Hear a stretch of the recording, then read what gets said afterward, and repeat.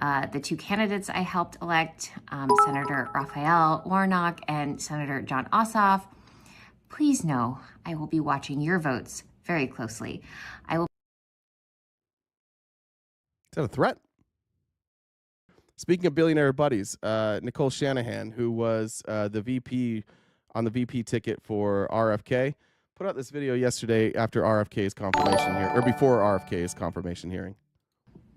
Hey everyone, tomorrow is a pivotal moment in our nation's history. At 10 a.m. Eastern Time, RFK will sit in front of the Senate Finance Committee for his confirmation hearing to be our nation's next secretary. There has never been a pivotal moment that revolved around the HHS secretary until now. It's where I kind of agree with her. It is a little bit pivotal. Like, are we abandoning science? Are we abandoning medicine? Are we abandoning facts? I think that's what makes it pivotal. But the role itself, I don't know that that's pivotal. Of Health and Human Services. I urge everyone to call their U.S. senators over the following days and demand they vote yes on Bobby's nomination. He is more than qualified. He's proven, principled, and prepared to lead. I'll share a list below. None of those things are true. He's not qualified. He's not proven. He's not principled, and he's not prepared to lead. Literally, all those things are wrong. What are his qualifications? None. What are his principles? He seems to abandon most of them and said, I agree with Donald Trump. Proven? Where is he proven? None of those things are actually true, just so we're clear. I don't know why they, like, what's interesting is to watch these people come from outside of politics and then use, like, political talk, because when they hear other people say that, they don't understand what qualifications are. And so they're just like, oh, someone else said that, so he must be too. Literally, all of that is untrue. I don't think there's very many people who believe he's qualified, principled, or proven outside of his camp. Of key senators, if they represent your state, they need to hear from you. If they don't, please call your own senator and ask them to vote yes. We need as many votes as we can get. So this hasn't been widely reported, but in 2020, I cut large checks to Chuck Schumer to help Democrats flip 2 Senate seats in Georgia from red to blue. The two candidates I helped elect, Senator Raphael Warnock and Senator John Ossoff, please know I will be watching your votes very closely. I will. Is that a threat? Fuck all these billionaires. Fuck you. Don't fucking threaten people. I gave you money. You better do what I say. Like, this is a direct threat from a billionaire. That's what Elon does it every day. These billionaires every day threaten people who don't go along with Donald Trump. And by the way, can we point out that she funded those people because she was worried about Donald Trump as president? She funded Ossoff and Warnock because she was concerned about Donald Trump. She was concerned about Republicans. And now this is like, it's all about RFK. I don't know. I don't get it. Like, what's he going to do? Why are they so obsessed with this? Make America healthy again. He can't. He has some good ideas on health. I agree with some of the stuff he says. Like, I agree with pulling some of that shit out of food.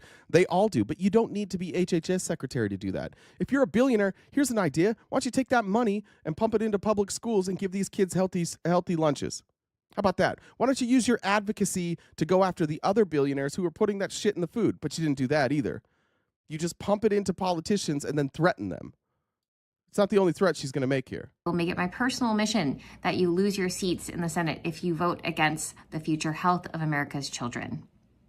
And more than that, I also want to say to Senators Mitch McConnell, Lindsey Graham, Lisa Murkowski, Susan Collins, Bill Cassidy, Tom Tillis, James Lankford, Cory Booker, John Fetterman, Bernie Sanders, and Catherine Cortez Masto.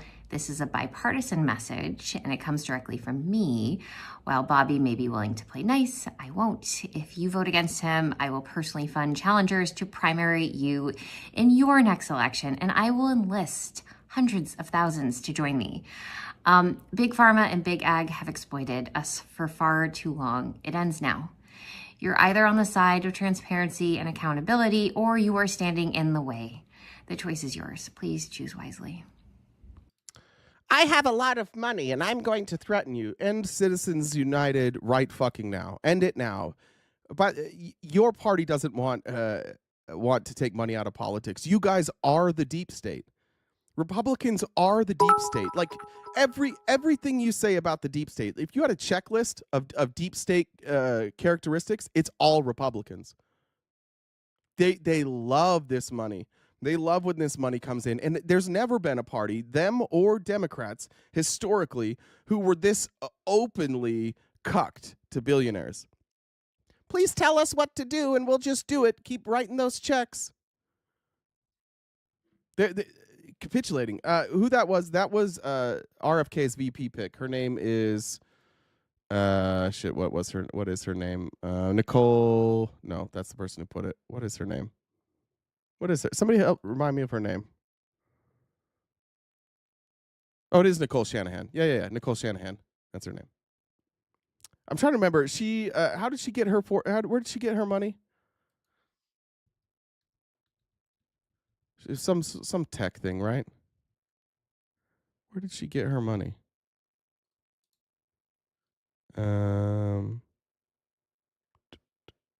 Oh, she married Sergey Brin. So she got her money through divorce. Oh, okay, cool. You can marry somebody, get divorced, and be one of the most powerful people in America just because you divorced somebody or you married somebody rich. Cool. Can someone from another country adopt us? Is the better question. Can we all be adopted? I want to show you. I think this is it. This blew my mind yesterday. This is out of from the Nashville Banner out of Tennessee. This is coming out of their state legislature. They're having a special session right now in Tennessee, and amid that hectic special session, Tennessee senators debated a constitutionally suspect clause in committee Tuesday, which could result in elected officials facing felony charges for the way that they vote. Governor Bill Lee's last-minute immigration special session, lawmakers will consider a bill this week urging law enforcement to enter into agreements with the federal government for stricter immigration enforcement and create a statewide division to oversee the execution of President Donald Trump's immigration platform. These are the states' rights people, right? And now they're saying we must capitulate to what Trump wants. We need to force law enforcement to do what the federal government wants because we don't do states' rights anymore. They don't. There's nothing about states' rights. Yeah, that is the definition of fascism. Thank you. Yes, Josh. Definition of fascism. And they can't do it fast enough. It's like everybody in line to suck Donald Trump's dick with new legislation. Guys, let's put in a bill and we'll say that you can't ever disagree with Donald Trump and he'll be so happy with us. That's what this is. Tucked into the bill is a provision that would charge local elected officials who support sanctuary cities with a Class E felony. Now, what's a sanctuary city? Pretty broad term. There's no such thing as like a sanctuary city, right? There are people who put laws in place to protect immigrants and then they are labeled as sanctuary cities, but it's really, really broad. For example, let's say that ICE says, hey, our warrants, which aren't signed by judges, need to be enforced. They are saying if you vote for, let's say a bill comes up and there's legislation that they say, hey, ICE, an ICE warrant supersedes a warrant or supersedes all law. And if there's an ICE warrant, even if it's not signed by a judge, you have to comply. And people vote against that. Those people that vote against it can go to prison for a felony for voting against something that is loosely defined as sanctuary city. They are advocating locking up politicians who don't do what Donald Trump says. We're there. It's here. We're 1 week in. Fascism is here. There's no doubt about it. Fascism's here. And we got to get off our asses a little bit. Everybody's got to do a little bit more. It's like we were in a VC last night with the research team, and it was kind of a radicalizing moment. Like this is the time that you decide, like, am I one of those people who sits back and watches it happen?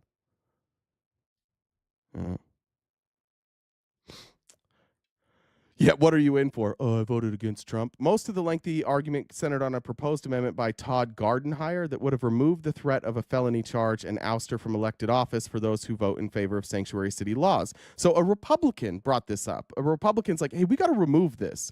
We can't give people felonies and be ousted from office if they vote in favor of sanctuary city laws, which are already prohibited under the state law. Like, it's already a rule that you can't have sanctuary cities, right? And it's loosely defined. But if you just do things that they can call sanctuary city policies, you get thrown out. Echoing concerns by Democratic Senators Heidi Campbell and London Lamar, Gardenhire called the provision a slippery slope and argued that elected officials should not be punished for taking a political stance. We're a republic, and a republic is one where we elect people to vote the way they feel is best for their district, city, county, or state. Today, we're not talking about abortion, and today we're not talking about gun rights, but 2-3 years from now, we could be. And if we set the precedent that penalizing any elected official for voting their conscience, whether it's good or bad, then we've set a dangerous precedent for the future. And I agree with that. And it also means that if they change the rules like this, we have to change the rules when we're in office. We have to. We have to play by the same rules. They are forcing essentially a civil war. That's what they're forcing here. And right now, the civil war we're pretty outnumbered. But unless we can go back and undo these laws in 2 years and put safeguards in place so you can't put laws like this, then the Democrats are essentially going to have to do the exact same thing. We're going to have to. There's not, and then every time a Republican wins, it'll be chaos. Every time a Democrat wins, it'll be chaos. All of these things are absolutely set to undermine democracy. Think about the administrative state that's being dismantled right now.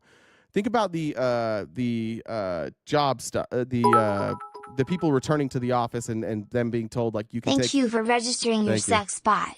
My name is Lauren B. How may I service you? You can service me by listening and becoming an advocate for good policy. That's how you can help.